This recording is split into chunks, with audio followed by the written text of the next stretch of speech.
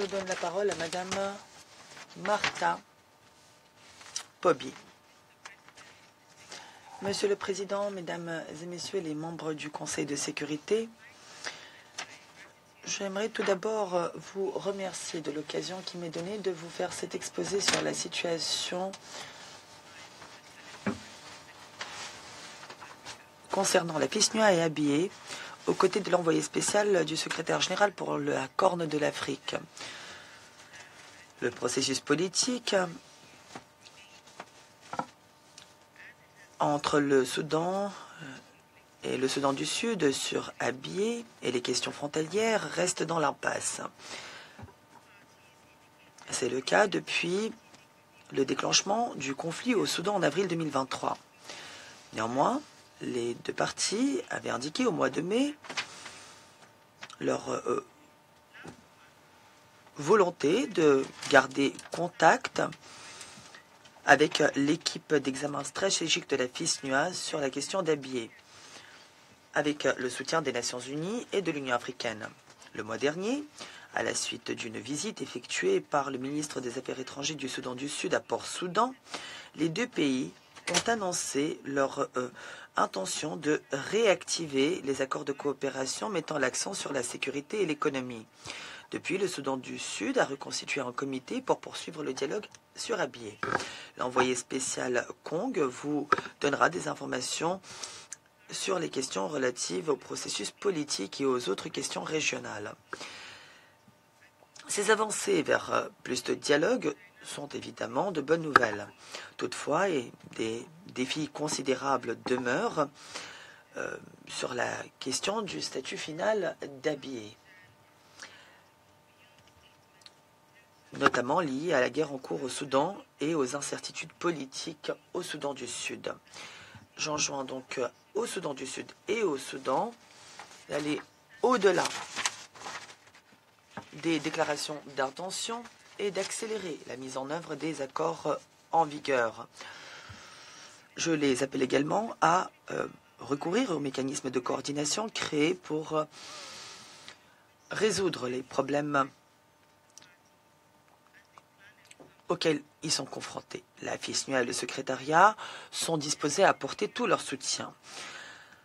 Dans l'examen stratégique récemment publié par la FISNUA, le secrétaire général avait parlé du rôle politique renforcé de la mission qui est prête à apporter tout son soutien aux partis dans le contexte de la reprise des pourparlers.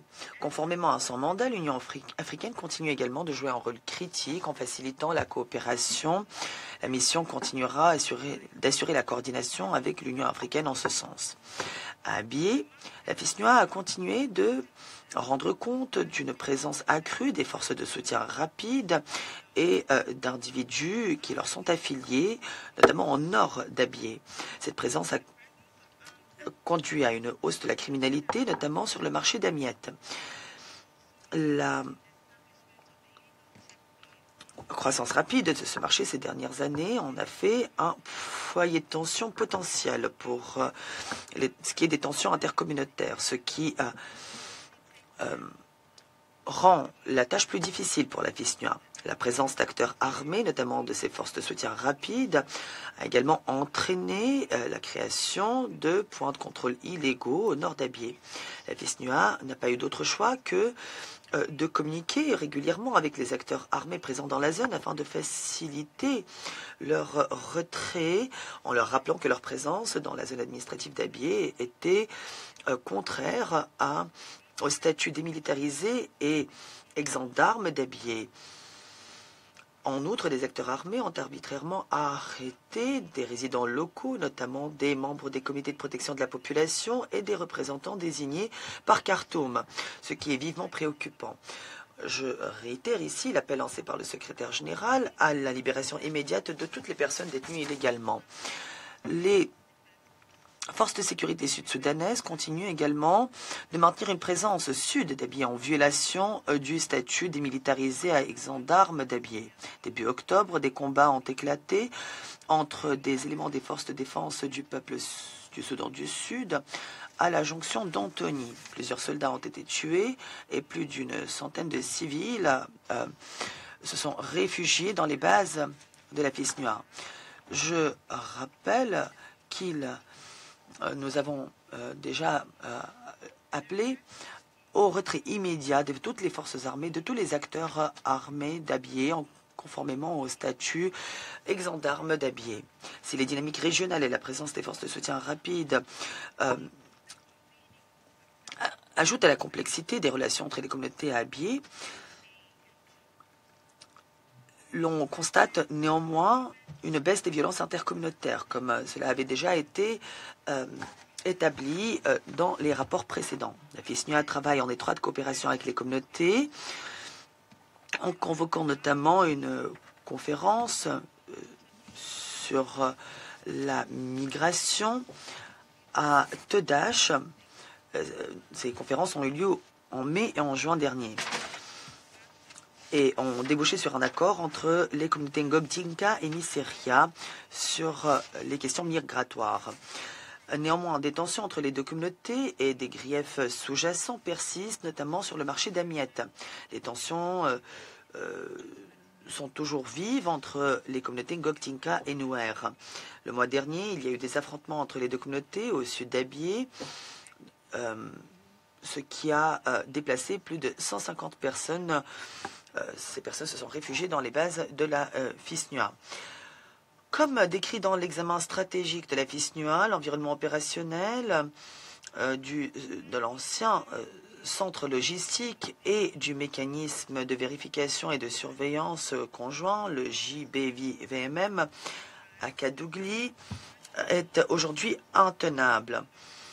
La présence de groupes armés le long de cet itinéraire empêche le réapprovisionnement par voie terrestre. Les combats dans la zone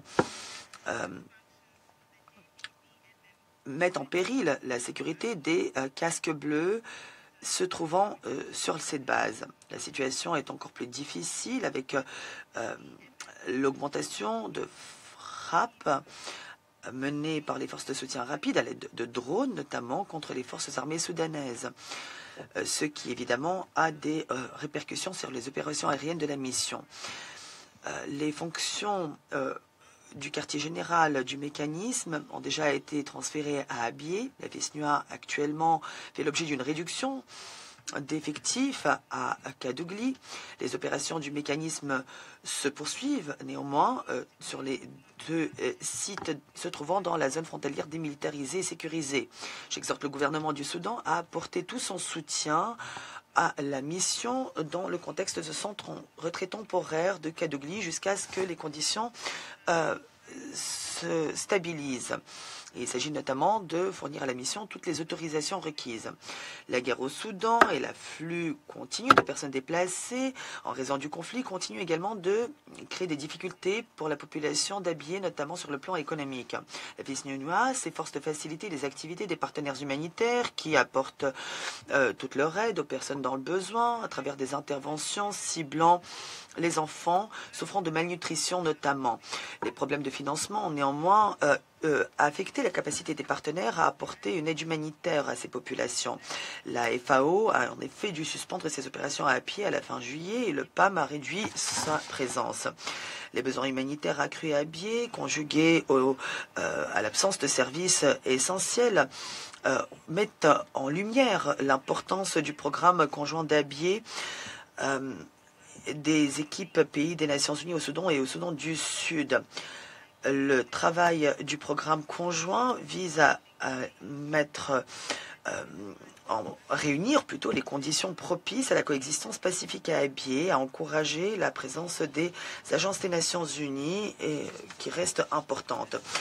Dans le même temps, il faut être lucide sur la situation financière qui va forcément conduire à une réduction de la présence. Des jours difficiles nous attendent en matière de consolidation de la paix à Abyei.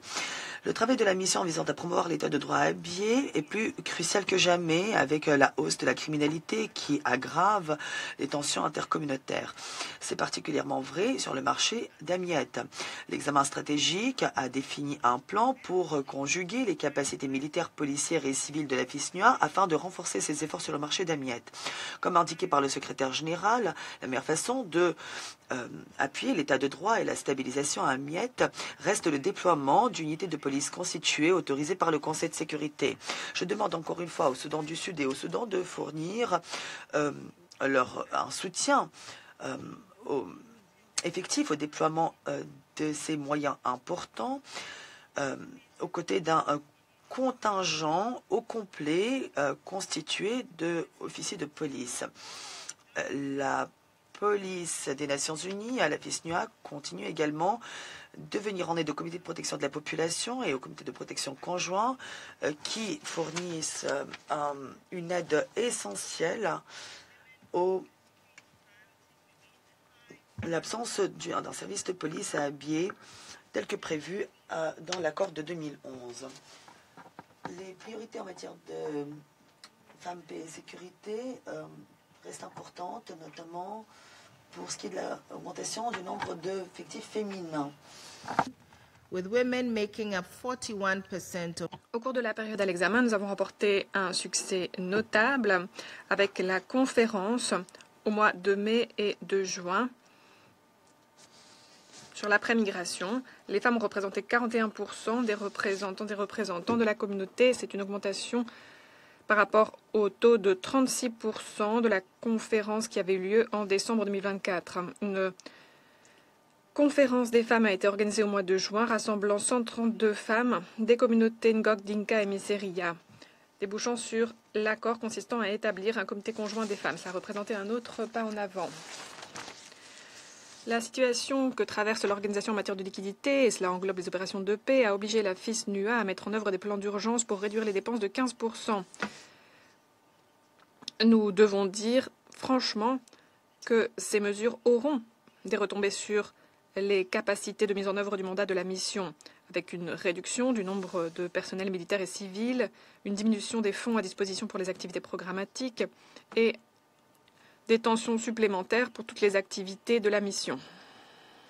Il y aura aussi un impact sur la capacité de la mission à mettre en œuvre les plans et recommandations de l'examen stratégique d'août 2025. Malgré tout, la mission reste bien décidée à s'acquitter de son mandat, y compris en matière de protection des civils à Abyei.